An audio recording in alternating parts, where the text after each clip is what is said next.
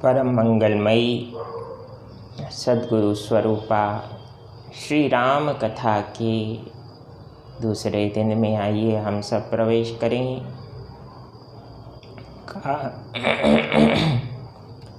कार्तिक मास के पावन अवसर पर राम कथा की अनवरत यात्रा को 9 दिन में श्रवण करने का और वाचन करने का अवसर प्रभु प्रेरणा से हमें मिला है। कल की कथा में माता सती के मन में यह भ्रम हुआ था कि श्री राम साधारण राजकुमार हैं, उन्हें ईश्वर मानकर भगवान भोलेनाथ ने प्रणाम क्यों किया। ये क्यों ही सभी मुसीबतों की जड़ है बंधुओं। क्यों का सवाल आया तो माता सती ने भोलेनाथ से आज्ञा लेकर श्री राम की परीक्षा लेने के लिए प्रस्थान किया। बोले बाबा वट वृक्ष की छाया में बैठकर इंतजार कर रहे हैं। अविवेकशीलता का उदय जीवन में तब होता है जब हम अपने संदेह को अस्वीकार करते हैं। संदेह नहीं होना चाहिए, इस भाव को मानने से मना कर देते हैं और संदेह की पुष्टि करने के लिए अविवेकशीलता के आधार पर परीक्षा करते हैं। भगवान शिव ने देवी सती से यही कहा कि देवी विवेकशील होकर परीक्षा कीजिएगा। लेकिन कोई ही सोई जो राम रची राखा, को करे तर्क बड़ा वही शाखा। होगा तो वही जो राघवेंद्र सरकार को पसंद है और स्वीकार्य है। हमारे चाहने न चाहने से तो कुछ होना नहीं है, लेकिन विश्वास मानिए, राम जो चाहते हैं वह निश्चित रूप से आपके लिए बेहतर विकल्प है, सर्वश्रेष्ठ विकल्प है। माता सती ने माया सीता का रूप धारण किया। श्री राम ने पहले तो इस गलती को नज़रअंदाज करना चाहा, लेकिन बार बार सती जी श्री राम के आगे आकर खड़ी हो जाती।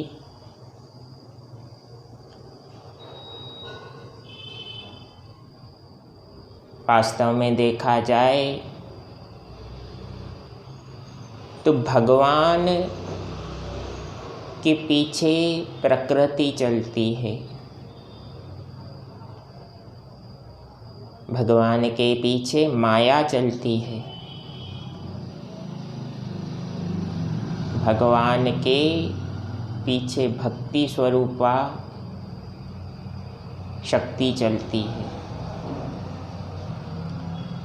और जो काल्पनिक या छल की स्थिति उत्पन्न हो, माया स्वरूप में सती जी ने सीता जी का रूप धारण किया है, लेकिन श्री राम से आगे आगे चल रही हैं। लक्ष्मण जी ने यह देखकर आश्चर्य माना है कि आज देवी सती यह क्या कर रही हैं, लेकिन प्रभु इच्छा से वे शांत रहे। श्री राम ने हाथ जोड़कर नमस्कार किया है और कहा कि हे जगत का पालन करने वाली देवी मेरे पिता महादेव कहाँ हैं। प्रभु के ये शब्द सती जी को उनके संदेह से बाहर निकालने के लिए काफ़ी थे। देवी सती जहाँ भी निहारती श्री सीताराम लक्ष्मण का स्वरूप दिखता, जिनकी सेवा में समस्त देवी देवता विराजमान हैं, उनमें देवी सती भी सेवा कर रही हैं। श्री राम का ऐश्वर्य देखकर सती जी दौड़ी दौड़ी शिव जी के पास आईं। अब संसार के ज्ञानदाता भगवान शिव ने माता सती से कहा, देवी सच बताइएगा, आपने वहाँ कैसा व्यवहार किया? यहाँ भी झूठ बोलती हैं। कहती हैं, भोलेनाथ जैसे आपने प्रणाम किया वैसे ही मैंने भी प्रणाम किया। तो यहाँ एक सत्य प्रकट होता है कि व्यक्ति एक झूठ को छुपाने के लिए अनेक झूठों का पुलिंदा खड़ा करता है। लेकिन ध्यान रहे, ना वो आधार स्तंभ रूप में बोला गया झूठ अस्तित्व में रहने वाला है, और ना ही वे जो झूठ के पुलिंदे एक के बाद एक खड़े किए गए वे भी नहीं रहेंगे। भगवान शिव ने आंखें बंद कर स्मरण किया। ज्ञान सामर्थ्य द्वारा भोलेनाथ ने सब कुछ देख लिया। मन ही मन देवी सती का त्याग किया और सती जी भोलेनाथ के साथ कैलाश पर्वत पर विराजी हैं। कैलाश पहुँचते ही लागी समाधि अखंड अपारा। भोलेनाथ अपने आसन में स्थान पर वट वृक्ष के अपने स्थान पर विराजमान होकर अखंड समाधि को धारण करते हैं। देवी सती समझ गई कि प्रभु ने मार्ग में भी मुझसे बात नहीं की, जरूर वे सब कुछ जान चुके हैं। इस प्रकार से माता सती कैलाश पर्वत पर गणों के मध्य में गणों द्वारा सेवित होते हुए भी दुखी रहने लगी कि भोलेनाथ कब समाधि से बाहर आएंगे और मेरे भ्रम को दूर करेंगे। वह दिन उपस्थित हुआ जब शिव जी ने अखंड समाधि का त्याग किया। माता सती शिव जी के समक्ष आई हैं। शिव जी ने उन्हें अपने सामने बैठने के लिए कहा। सती जी विराजी और भोलेनाथ ने उनके मन के भावों को समझकर उनके संशय को दूर करने का प्रयास किया।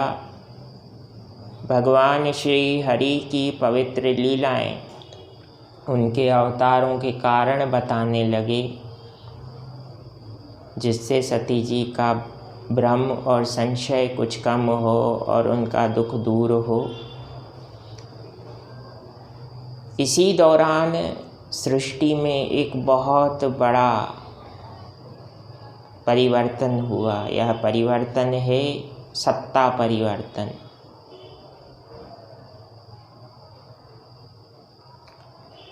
दक्ष प्रजापति को हर प्रकार से योग्य मानकर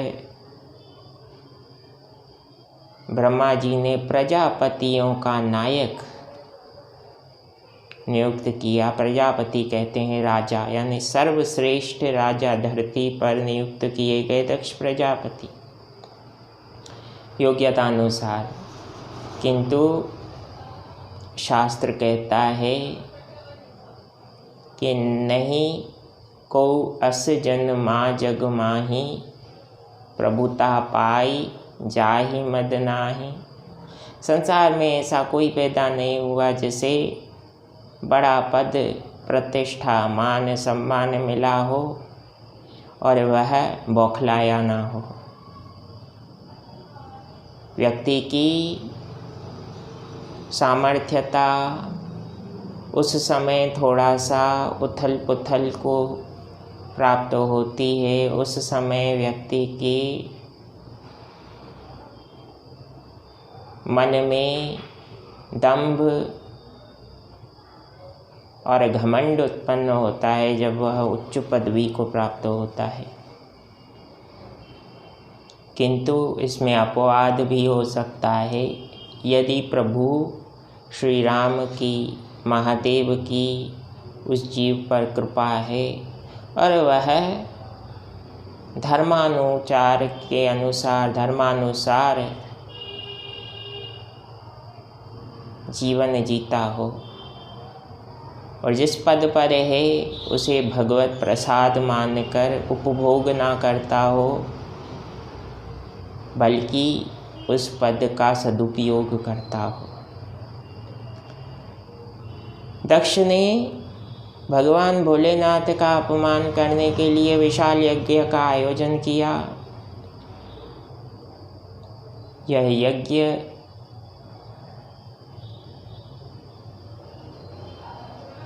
कनखल क्षेत्र में किया गया।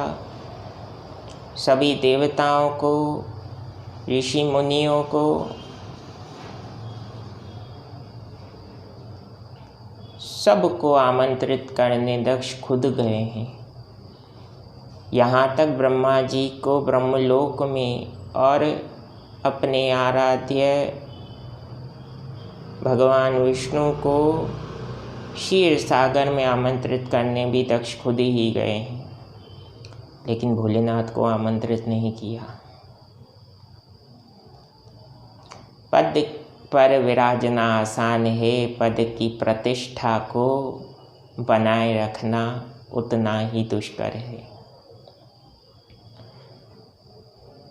सभी देवताओं से दक्ष कहते हैं कि आप कैलाश पर्वत के ऊपर से अपने विमानों को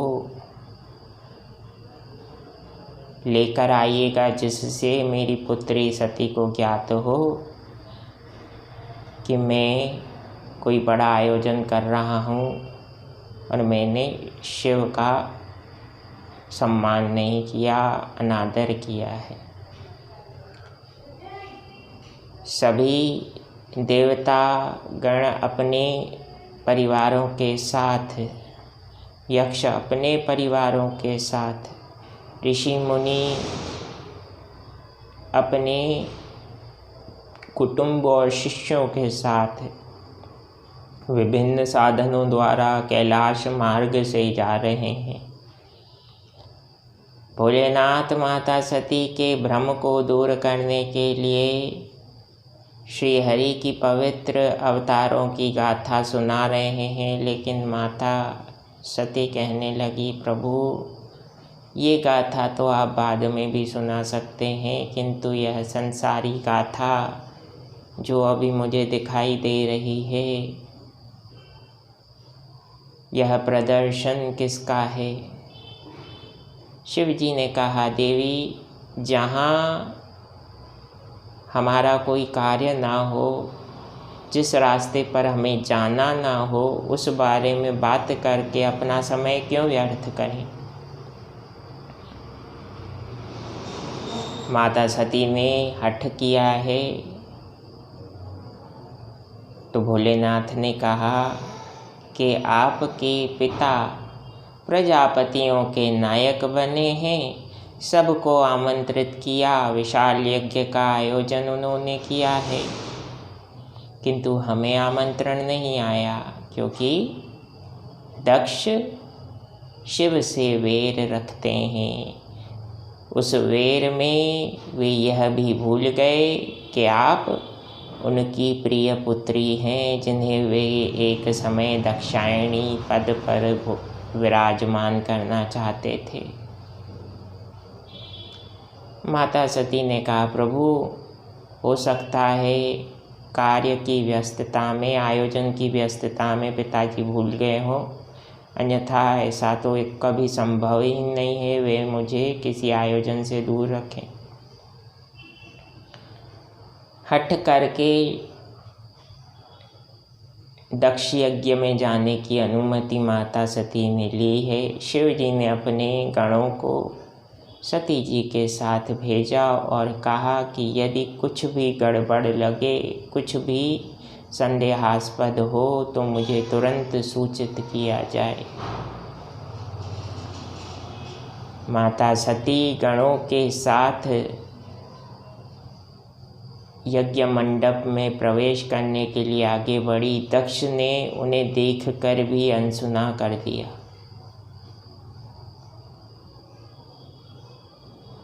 मानस जी में पद आता है, वैर अंध, किसी के प्रति विरोध, दुश्मनी।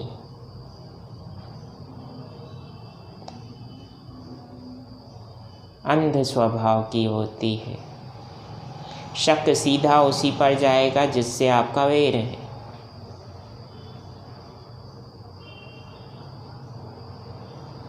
तो दक्ष ने भी भोलेनाथ का अपमान करने के लिए सती जी को देखकर भी नज़रअंदाज किया।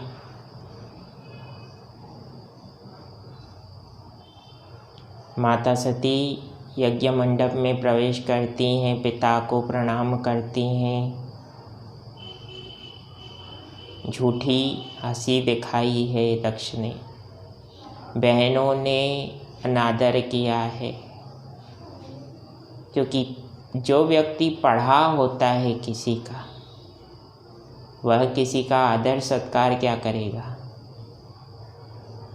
कल की कथा में मैंने निवेदन भी किया था, अपनी बुद्धि और मन को सदैव अपने नियंत्रण में रखने का यत्न कीजिएगा, क्योंकि आपकी बुद्धि और मन ही आपकी धरोहर है। तीसरी संपत्ति जीव के पास कुछ नहीं है। पैसा आता है जाता है, लेकिन बुद्धि और मन पर किसी का नियंत्रण हुआ तो दिक्कत आ जाती है।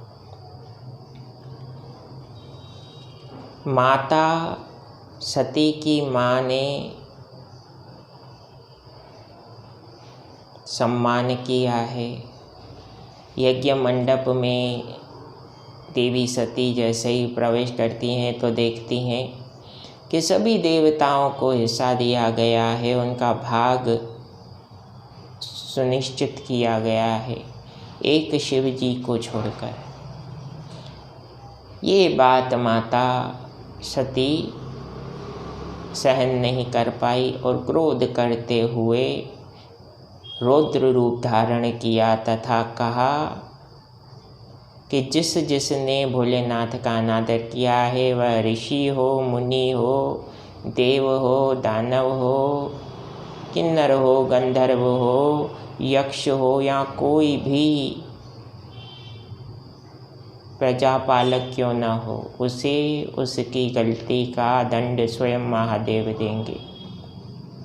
ऐसा कहकर योगाग्नि द्वारा अपने देह को भस्म किया है माता सती ने, और प्राण त्यागते समय श्री हरि के चरणों में यही वंदन किया कि प्रभु, अगर मैं मन वचन कर्म से भोलेनाथ की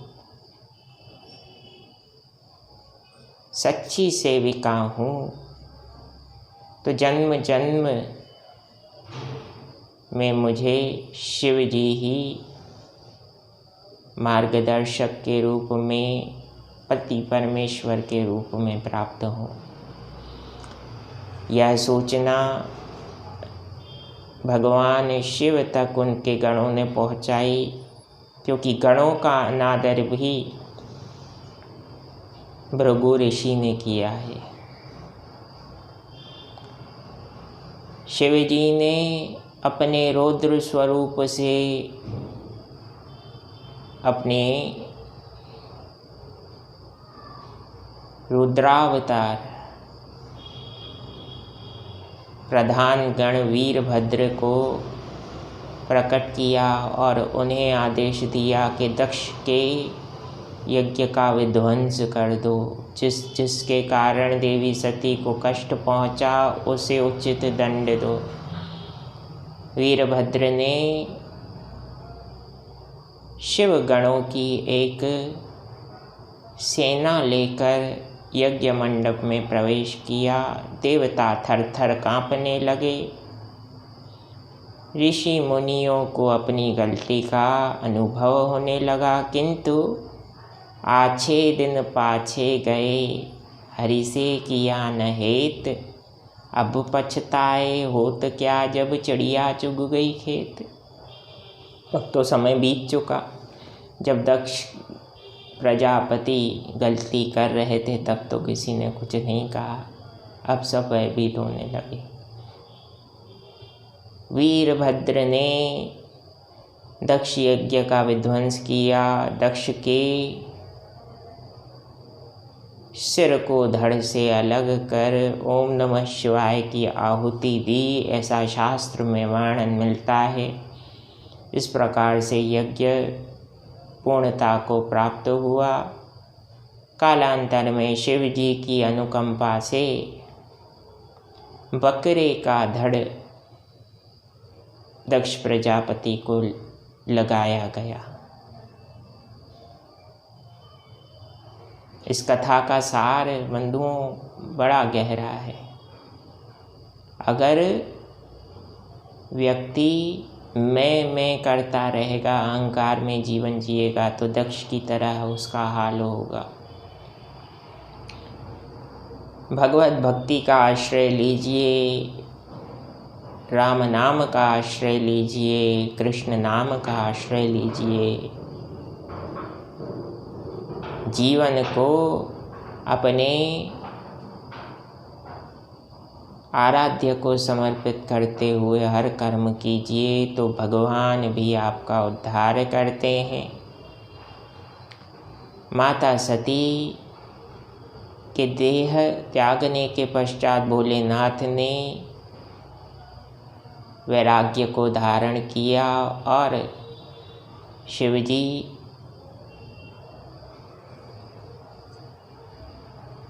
प्राणी मात्र का उद्धार करने के लिए काशी में विराजमान हुए। कभी पुष्कर में पधारते, कभी मथुरा में पधारते, तीर्थ स्थानों का भ्रमण करते हुए कहीं हरि कथा श्रवण करते, कहीं वेदांत और वैराग्य का ज्ञान ऋषि मुनियों को प्रदान करते। आज की कथा यहीं विराम लेती है। माता सती के पुनर्जन्म की कथा के साथ तीसरे दिन की कथा कल गाई जाएगी। श्री राम आप सबका मार्गदर्शन करते रहें। जय सिया राम, जय जय हनुमान।